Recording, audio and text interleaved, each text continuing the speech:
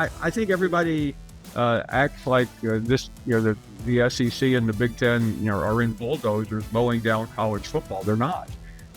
They've already moved away from everyone else. This is not a surprise, nor is it breaking news. Hello and welcome to Always College Football. I'm your host, Greg McElroy, and today is Wednesday, February 19th, and we appreciate you being with us here today. We know we weren't with you on Monday. We apologize. It was President's Day. We had moving parts all over the place, and we were actually originally going to take the whole week off, but there has been a very hot topic going on right now in college football, and it is the conversation centering around the college football playoff, so we will dedicate an entire show to it. All the tentacles. We're going to, one, explain exactly what's going on. That's what we're going to start with. We're going to explain exactly what's going on and what it might mean for your team, your conference, and what, if you're an ACC team, should you be rooting for. We also will explain why it's looking like the SEC and the Big Ten are going to get exactly what they want and why that might not be in the best interest of the sport long term. We also are going to explain a way to utilize the automatic qualifier system to make the college football playoff actually smaller while making sure the net is still cast really wide with 16 teams that are capable of winning a national championship. Then we're going to address some of your comments on the subject matter. We've gone through the internet and we've looked at people's comments and some of their takeaways from some of the stories that have been written. We get those, we respond to some of those, and then finally we'll have Paul Finebaum on to help us understand what this means for the sport, why this is a good thing for the sport, a bad thing for the sport, and what it could mean for the immediate future of the college football playoff. So we will kick things off with the facts of the matter and what's going on this week with the conference commissioners in New Orleans as it relates to the college football playoff. So if you've been living under a rock over the last week or so, perfectly fine with that. This is not the most fun conversation to have. I must admit, I am a diehard. You guys know me by this point. We've been doing the show for quite a while. I love college football. I'm always going to try to spin it glass half full, but there are aspects of where we're going that make me really uncomfortable. I have to start by saying that, okay?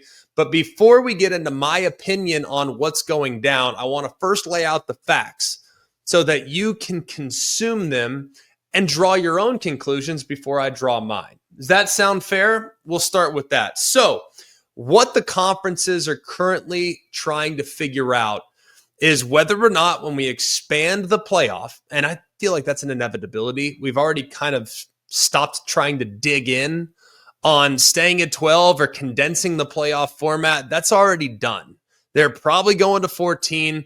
And if I were to make my recommendation, 16 feels like it makes the most sense, okay?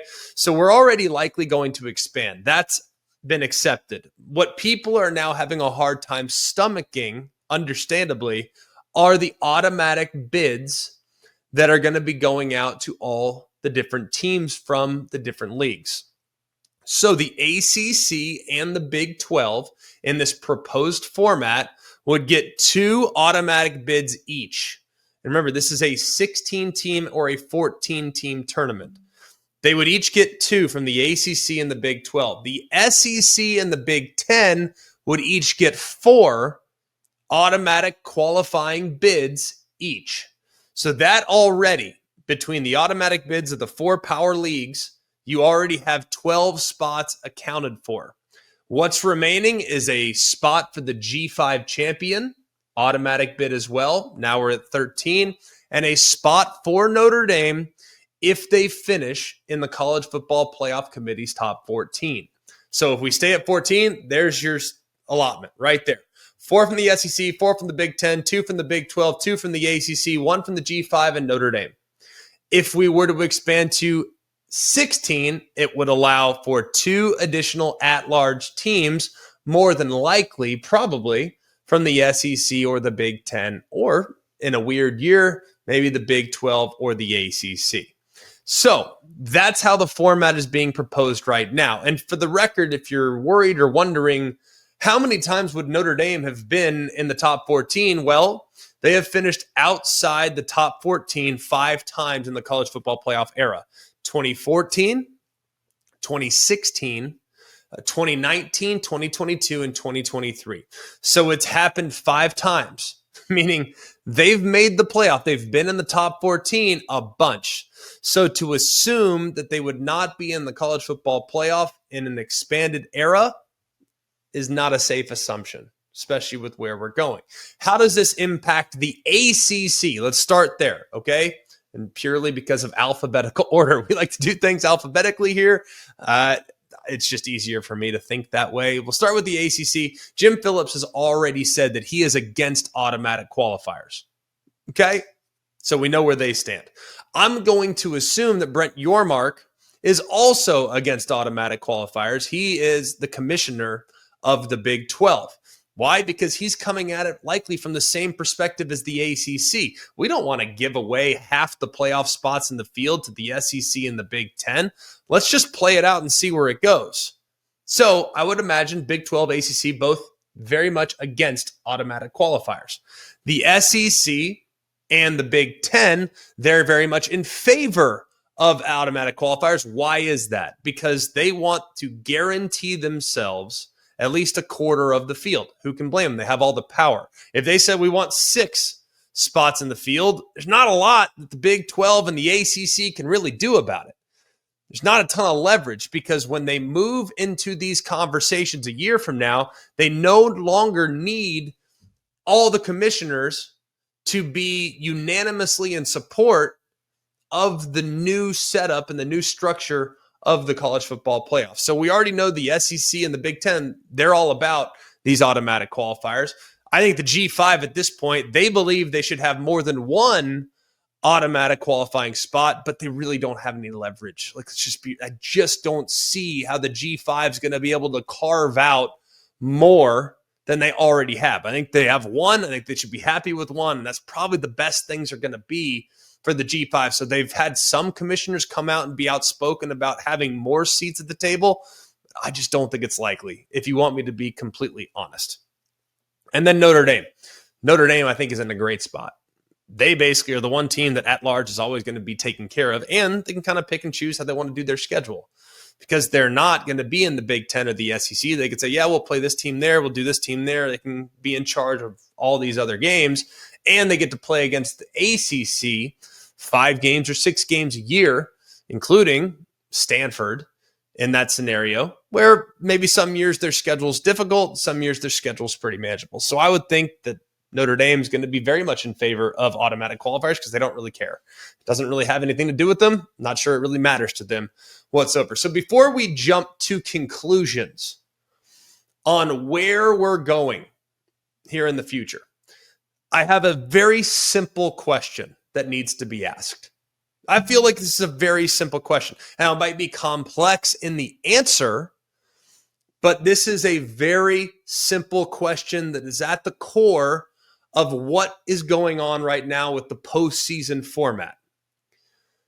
Do we, as decision makers, fans, consumers, broadcasters, do we, as people that love and associate very closely with college football, do we care more about the health of the sport, or do we care more about the health of the playoff? That's the question. So ask yourself that. Do you care more about the health of the sport or the health of the playoff? Because if we care more about the health of the sport, we will not utilize automatic qualifiers. Because let's just think about the games down the stretch last year that had a massive impact on whether or not a team made the playoff. You think about Oklahoma over Alabama. Think about Syracuse over Miami. Think about Arizona State over BYU. You think about what if Penn State would have lost to Minnesota? They ended up winning the game, but it was a close game. Had they lost to Minnesota, Would it have mattered? Because at that point, if we had automatic qualifiers, Penn State was already a top 4 team in the Big Ten, so who cared? So I think if we went with automatic qualifiers, it really would have a negative impact on the health of the sport. But if we're trying to prioritize the playoff over all other things, then automatic qualifiers is probably the best way of doing business moving forward. Then, like I said, I don't lean. Well, I'll tell you where I lean here in just a minute. Okay, so I think it's pretty simple. We know that with the automatic qualifiers, you're more likely to get the marquee brands from the Big Ten and the SEC, the big blue blood brands. You're more likely to see them in high platform situations. Let's be real. There's going to be more people watching Ohio State and Texas than are going to be watching SMU and Penn State. If you don't believe me, look at the numbers. SMU Penn State was the least watched college football playoff game last year. Why? Because I think SMU probably had the smallest fan base among all the teams in the college football playoff. They moved the needle the least. So the numbers support, well, if we went automatic qualifiers and we took SMU out and we put Alabama in, you're probably going to have a bigger audience if Alabama is playing at Penn State than if SMU is playing at Penn State. Makes sense? But you're kind of cutting your nose off to spite your face there, right? Because if we look at the AQs from last year, let's just assume we go to a 16-team college football playoff format. The automatic qualifiers from the Big 12 would have been Arizona State and Iowa State. They played in the Big 12 championship game. From the ACC, it would have been SMU and Clemson. They play in the ACC championship game. The Big Ten would have been Oregon, Indiana, Penn State, and Ohio State. Those 4 teams all made the playoff, so we don't need to simulate what that would potentially look like. But you would have Boise and Notre Dame. We already know that. They were all in because Notre Dame was easily in the top 14, and Boise won the G5, so we know that. And then you have from the SEC, the automatic qualifiers would be Texas, Georgia, Tennessee, all made the playoff. And the 4th would be Alabama, who would win the tiebreaker against both South Carolina, and they would win the tiebreaker against LSU, who also finished 5-3 in the SEC. So you're looking at these numbers and you're looking at these possibilities, and those are the 14 teams. They're all in by way of automatic qualification. But that basically tells me that Alabama's game against Oklahoma at the end of the year didn't really matter. I don't think that's a good precedent to set. I also look at if we went to 16, the at-larges would be Miami and Ole Miss. So what you're telling me is that Miami's performance at Syracuse didn't really matter. And what you're telling me is that Ole Miss's performance at Florida didn't matter as much either. Now, a lot of people are calling this greed. A lot of people are calling this the networks, and they're kind of they're doing all that they're doing. That's fine. I'm not going to go down the network rabbit hole because I think the SEC and the Big Ten are not worried so much about ESPN and Fox because their rights holders could change a handful of years from now. They're worried about their member institutions and continuing to protect those member institutions. Now it's time for me to tell you how I feel, okay? I personally hate the idea of automatic qualifiers. I don't like them. I don't like turning into a participation world where we have, you know what, guys, hey, all we got to do this year, finish 4th. We finished 4th. We're in the dance. Let's do it. I don't like that idea. I don't like rewarding mediocrity. I don't like giving teams access that had lost a quarter of their games in the regular season. It doesn't do much for me. It's never done much for me. But I can acknowledge a way that automatic qualifiers can actually work. I'll get to that in a minute. But like I said, off the top, I don't like the idea of 14 spots being given out of the 16 available spots. 2 teams that finished in some cases 4th in their league. Not good with that. Never going to be good with that. But if we want to use automatic qualifiers, there is a way to make it work. But what we must do before we get to that point is completely abolish what we're doing with conference championship games. They have to go away. If we're using automatic qualifiers, conference championships need to be gone. But there is a way to incorporate conference championships into the playoff. You're going to say, Greg, you just literally changed your mind on that. No, not so much. Our current conference championship game format needs to go away if we utilize automatic qualifiers, but we can have conference championships built into the playoff. So here's my proposal. Hear me out.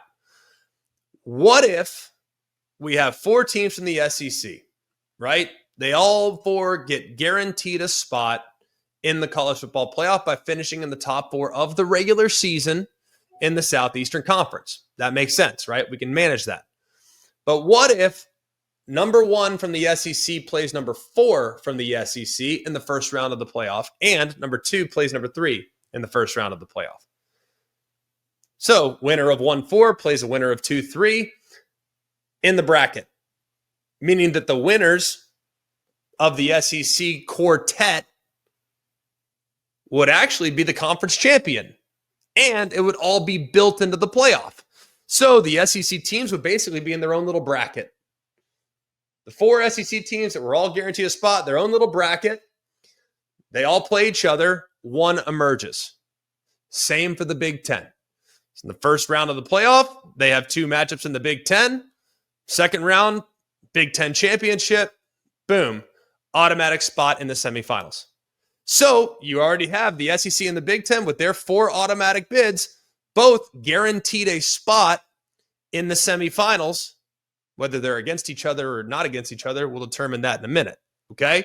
So basically, you make the teams play each other from their own conference.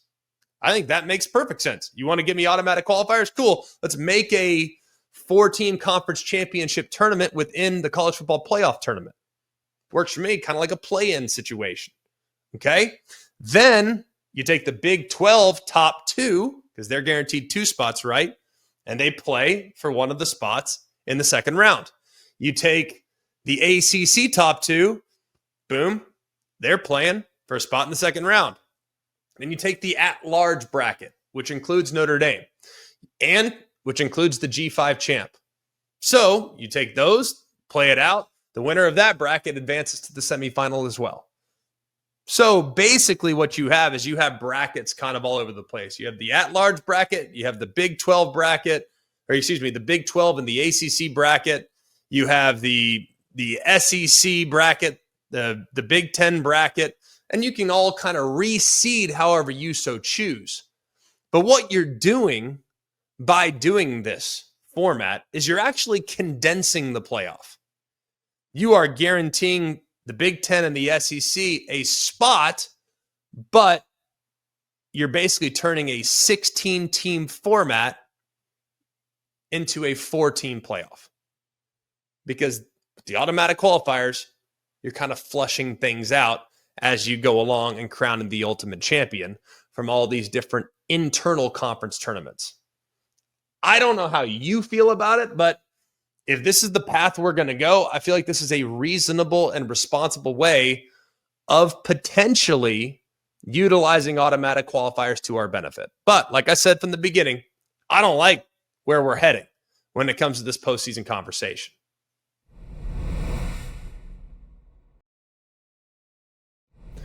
To help us understand what's going on right now in college football, we bring in the expert, Paul Finebaum. Paul, your first reaction to what's going down right now amongst the commissioners between the SEC and the Big Ten?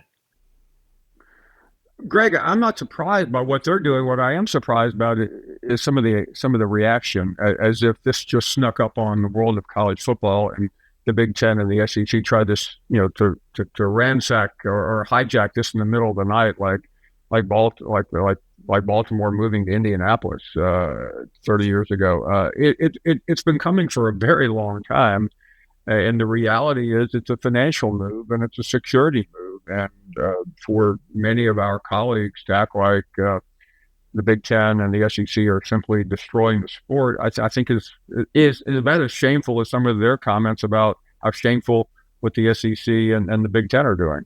Well, do you think that there is a scenario in which everyone can come away with this thing happy? Because the SEC fans and the Big Ten fans probably sit there and look and think, well, do we really need anything beyond us? I think they do, just for the overall health of the sport. But how can they be satisfied and the ACC, Big 12, G5 teams be satisfied at the same time? Is there a resolution that pleases everybody?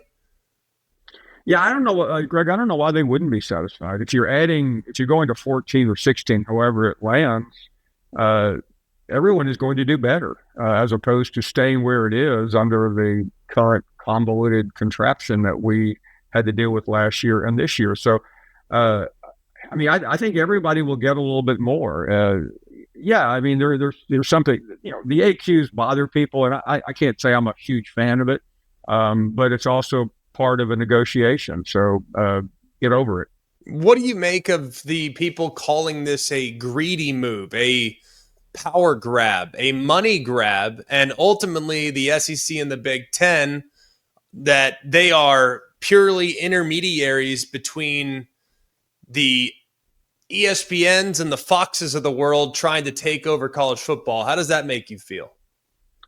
Listen, I've been a sports columnist before, and I know how difficult it is, Greg, to get attention. I think that's all these people are doing, is they're just screaming as loudly as they can from whatever building they can climb up to the top floor. And it really doesn't matter, because the commissioners of these two leagues don't care what the media thinks. They're about self-preservation. And in this moment in time, when college sports is under assault, you have to think about the present and the future, and you can't worry about what some columnist is going to opine on social media. So I think everybody acts like the SEC and the Big Ten are in bulldozers mowing down college football. They're not.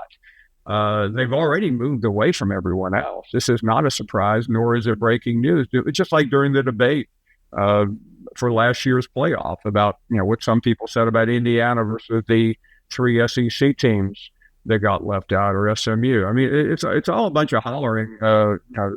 Just to quote Shakespeare, it's a lot of sound and fury signifying nothing. Paul, it's always a wordsmith, my friend. When you look at let's just use the Big 12 as example. What leverage do they have? And I know people say, well, do they need leverage? Should they need leverage to be able to kind of continue to live in the college football world that it looks like we're going towards? But I've always felt like in any deal you need leverage. And I don't know what the leverage is for the Big 12, for example, or for the G5. Do you see, from Brett Yormark's perspective, do you see leverage that can be created to maybe carve out more of a role? I don't see what leverage they do have. Unless you have a bunch of people at the table who just want to be inclusive of everyone. And quite frankly, I think we've passed that point. And I don't want to be a bully. I just want the best system. And I think it is a fact that if the SEC and the Big Ten wanted to say, we're done with all of you, they could easily get away with it. I don't think that's really their goal. I think the college football playoff is better, frankly, if everyone is involved. The Big 12 doesn't have a lot of major attractions, but they have a few, and you've done some of their games. I mean, they play good football out there. The G5 has a role, but not a very big role. And I just think they're we're at a point where if you don't want to play along, you probably better take your toy and go home and expect that the G5, Big 12, ACC shootout is going to draw crickets, while the SEC versus Big Ten is going to be on the two major networks. Yeah, it'll be really interesting to see where it goes. Paul, do you think that we are at kind of a dangerous point in college football of really, because a lot of the people that are fear-mongering, and they might be very accurate in saying that, I don't know. I really don't know. Do you think we're at a dangerous point, though, where we really could lose control of the sport, lose a lot of what made the sport what it is? I know the NIL has alienated people. The college football playoff in ways has alienated people. Realignment has alienated people. Are we at the point where we can really turn off a majority of fans if we venture too far down this rabbit hole? I do think we're at that point. While I don't agree with a lot of the criticism about what's happening in New Orleans and what will happen, I think the sport is at a very dangerous point. Whether you want to say that college football is under assault, whether we are at the inflection point, the existential threat point, but I hear a lot of negativity from fans. Now most of them are older. Most of them want to go back to a different era, which I don't want to, and I doubt you do. But there is no loyalty. That's self-explanatory. Everyone knows that. But I don't think the sport is in danger of crumbling, though. I don't think this is what people were saying in '94 when baseball went on strike. I'll never go to another game again. I mean, people say that in every iteration. I still think college football is doing well, but I detected a turnout this year, just from the daily interaction of what I do, just from talking to people, but ultimately, I still think Saturdays are pretty sacred. I think all the angst that we have during the week and the players being at times mercenary does turn some people off, but live sporting events are still the most valuable commodity in television. And I don't think that's going away anytime soon. You said you sensed a turnoff.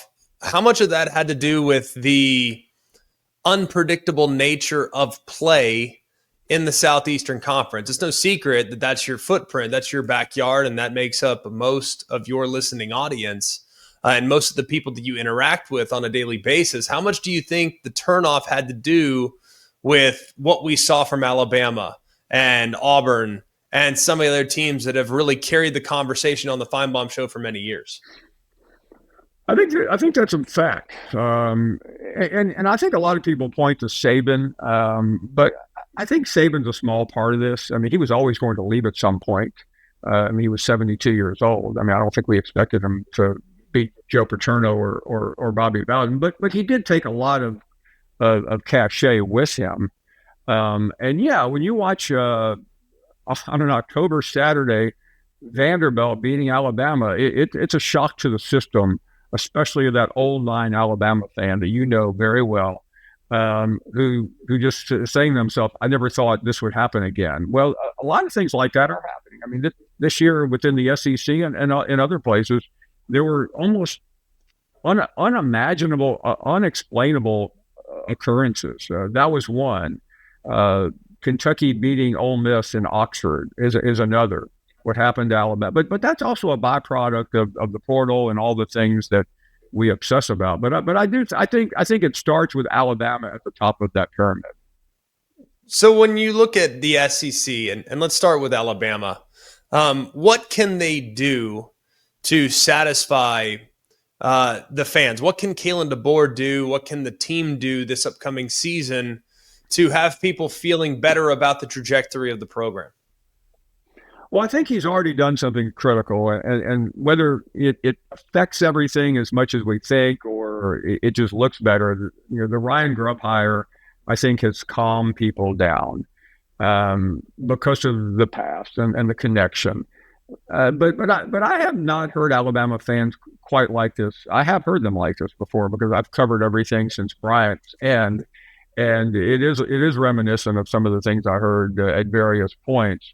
But one thing I do know about Alabama fans, I mean, they will come back. They have not left yet. They're just making a lot of noise. And I think if the board gets things back on track, and I've seen some of the comments that you've made, and I agree with you. I think they are going to get back on track. Now, negotiating that schedule is a whole nother story. I think that's a big part of it. And I'm fairly bullish on Alabama. They didn't miss by that much last year. I think there's reason to be bullish. I really believe that. Whereas Georgia, for whatever reason, I think Georgia will continue to get this. They're always seemingly getting the benefit of the doubt. And I don't think there's anything wrong with that. They've earned that over the last 4 years. But it does feel like with their performances and the inconsistencies of 23 and 24, does feel like with the portal turnover and the guys they've lost to the NFL, I know they won the SEC last year, but it does feel like it's less certain that Georgia is going to be a perennial national championship contender. They might very well be, but it's less certain today than it was 2 years ago where you thought they might never lose again. So how do you feel about the current and future prospects of the Georgia Bulldogs? I don't feel great because I do think they took a dip. And I think just like we used to with Nick Saban, expect him to play for the national championship, and losing the title game felt like a lost cause. It's almost that way now with Georgia. And I felt like they underperformed. I mean, they came through at the right moment against Texas, but they had so many disappointing moments, and none more unforgettable and really unforgivable than what happened in the Super Bowl. There were mitigating circumstances, and as you well know, you called the game. The whole thing with Kirby Smart's dad is hard to talk about. But there were just so many decisions made, and talking to the fans every day, Greg, whether it's true or it's imagined, they do not like Mike Bobo. I mean, he is now the guy with the bullseye, and it's probably better for Kirby Smart that somebody else is taking the heat. But Mike Bobo, if things don't go well, is going to be the one they go after. So I don't feel great about Georgia. Now, what does that mean? They're still a playoff team. They just don't feel like a national championship team right now. As far as the team that knocked Georgia out last year, Notre Dame, we haven't yet talked about their existence in this new world order that is the future of college football. But last year proved that they can go do it again. Any one given year, the stars could align and Notre Dame could get back and potentially do it. I really believe that. I think you do too. But with where we're heading and the power that the Big Ten has and the power that the SEC has, how much longer can Notre Dame continue to exist with the status quo? Well, they've already done more than I thought they could, because I really did not think with the current construct that they could do what they did. But I think things were aligned very well for them. The portal has been their friend, and I think Marcus Freeman is just that dynamic coach that, quite frankly, I didn't see coming. I mean, he's charismatic to me, but I didn't know how translatable that would be. But it is. I think they are the exception. They can continue under their current status. I think they proved a lot of critics like me wrong about having to be in a conference. They have mastered it because they have such a great infrastructure. They just don't need, the ACC alignment keeps them respectable. With a schedule, they don't have to go on a scavenger hunt if they were a true independent, and they're able to play SC and games that really are consequential. What about the future scheduling for Notre Dame in the event in which the SEC and the Big Ten decide to create some type of scheduling alliance, and Notre Dame sitting there still playing 5 or 6 ACC schools on an annual basis? Will that still be an attractive future for Notre Dame, or are they better suited getting in line with the SEC and the Big Ten, creating more marquee matchups against blue blood programs? I think a very smart move for Notre Dame would be to look for a similar type deal with either the Big Ten or the SEC, or some hybrid version of both. The ACC has been their friend. I mean, absolutely. But I think as the world turns toward the conversation we had a minute ago with the Big Ten and the SEC, Notre Dame would be much smarter. Now, again, I don't know if that's feasible, but I would think that the commissioners of both leagues would be open to a relationship with Notre Dame. I don't know why they wouldn't be. Yeah, I would think that more marquee matchups would be good for everybody. Notre Dame does have a couple of Big Ten teams on the schedule every year, and they also have a couple teams on the SEC schedule here in the non-conference very, very soon. Paul, we'll get you out of here with this. As the world continues to shift and everything starts to turn, does Greg Sankey and Tony Petitti, the commissioners of the SEC and the Big Ten, do they need to continue to consider their own self-interest, or do you think it is beneficial long-term to the SEC and the Big Ten to look out for the greater good? Because I really don't know the answer. I'm really curious from your perspective. Is it important for them to protect the sanctity of the sport, or is it more important for them to protect their 16 or 18 member institutions that are currently under their umbrella? Greg, their job is to protect their member institutions. These are not, neither one are at the UN trying to save world hunger or world peace. They do. You know both. I know both. I think they both care about the sports that they represent. But ultimately, the job of both is to represent 18 and 16 different universities, and I think they will. And I think if history will prove that the alignment between Sankey and Petitti is one of the most important and consequential in the history of college athletics. It came at the right time, and you have very sensible people now trying to find a path forward. And it just there's just too many. It's like your dog having 15 puppies and trying to figure out what's going on in the kitchen. There's too many people yelling at these NCAA meetings. There's too many people at these CFP conclaves who are banging their fist on the table, who have actually done more to hurt the game than they had to help it by making sure that they're one, whether it's G5 or whatever league is represented. So I mean, it feels a little bit like it's out of some 70s Godfather movie. But I think at this moment in time, if they didn't act or react, I think their leagues would have suffered for it as opposed to where I think both are at the moment, prospering. Paul, always terrific to get your perspective. Cannot tell you how much we appreciate your friendship and your candor, and always appreciate your perspective. My pleasure, Greg. Thank you.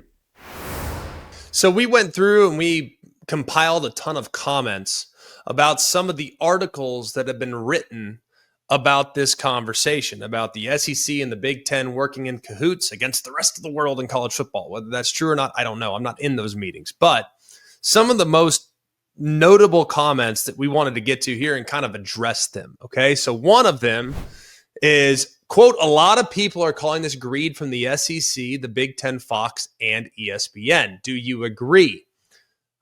Here's why I don't think you can call this greed more so than you can call it self-preservation. I think this is really important because there was a time in college sports where some of these big brands, a la Texas, a la Ohio State, Michigan, Georgia, Florida, Bama, what have you, there was a time not that long ago when people were making overtures to those schools about becoming independent alongside Notre Dame. That has happened. That has happened without question.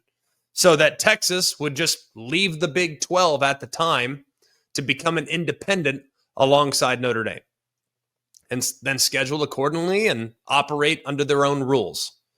The same was done for potentially USC. And then at that point, you get 5 or 6 big blue blood brands that are all operating as independents. And then when grant of rights deals are up, they start going and trying to get more people to join their independent contingent. So everyone that says that this is some, conspiracy and that the SEC and ESPN and the Big Ten and Fox are just controlling everything. No, it's not true. I think the big brands are controlling everything. And in order to keep some type of format that is recognizable in the sport to us as the consumer, they've tried to just continue to maintain their dominance and give the people within their league, so the 18 teams in the Big Ten and the 16 teams in the SEC, to give those folks, those presidents, those schools what they need. So I think it's self-preservation more so than it is greed. You might say there's a fine line between it. I don't know if there really is. Others have said, quote, the Big Ten and the SEC own the sport. The money follows. How long are the rest of you going to hang in fantasy land? If we are being blunt, every team not in the Power 2 is irrelevant. Let's be honest. It's only those from those 2 conferences where the national title is coming from anyways. Now, this is a comment I strongly disagree with, personally. Do I acknowledge that the Big Ten and the SEC have way more big, traditional, powerful brands? Yes, that is a reality. But I do know this. I know that there was an awful lot of interest nationwide in the college football playoff this past year. Why? Because we finally saw representation from every geographical part of the United States. We had a team from the desert out in Arizona.